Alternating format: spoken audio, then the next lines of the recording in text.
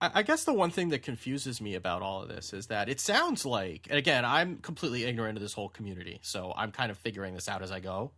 But it sounds like a lot of these modders are like putting up tip jars in their sites, or they have some other way that they can collect that people can donate to their cause. And what this is doing is just making that easier for most shoppers to be able to see that that's an option. And it sounds like it's not even so much that it's all it. Well, some people are upset that people are charging at all. And it seems like some people are just upset that the developer is taking as large of a cut as they are, which again, they're the ones who built the thing that you're selling your thing off of.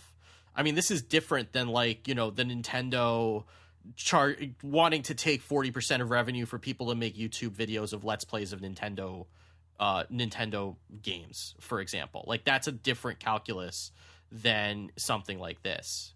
It seems to me like this is all like there's always been a money aspect to it for people who have wanted it. This is just kind of streamlining it, but people are more upset with like the implementation than anything else. Or am I misunderstanding that? No, I think the percentage is a tricky part for sure, because it looks, at least from what the chat room is saying, like there's a specific percentage that's already been decided for every mod. Am I No, wrong that's about not that? true. That's absolutely not true. That's my bad then.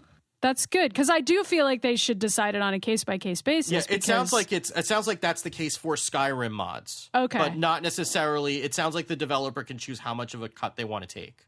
Okay, but like even in that case though, like if you're making a Skyrim mod, like not all mods are created equal, obviously. Right. That's like the point of mods. So one mod might involve a whole lot more original content than a different one. And that is kind of sad to me that the percentage is the same no matter what, even though, I mean, there's no way to have somebody play every single mod and be like, I've decided this person deserves $10 and this other person deserves $12. Like, that would be a ridiculous thing to try to do. But like, I don't have a solution here, but it is kind of sad because I know that there are some mods that are like really basic and maybe that percentage would make sense. And there are some where a whole lot of original content is added and it's too bad that they aren't getting paid for that as well.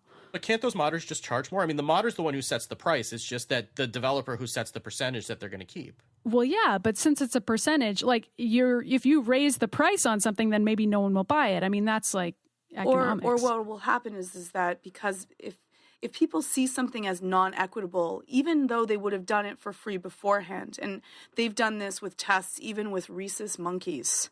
Okay, this is how ingrained it is for us, that if you think that someone is being unjust in the percentage that they are creating for you, you will stop participating out of just spite, truly. Wow. And so there's this really hilarious video of these little tiny monkeys. And so a monkey does a little task. He sticks the little nut into the little bucket, and then the person gives him a cucumber. And the monkey's really, really happy with the cucumber, and he will perform putting the little tiny nut into the little tiny bucket for a cucumber. And then there's a glass, and he can see through to another monkey.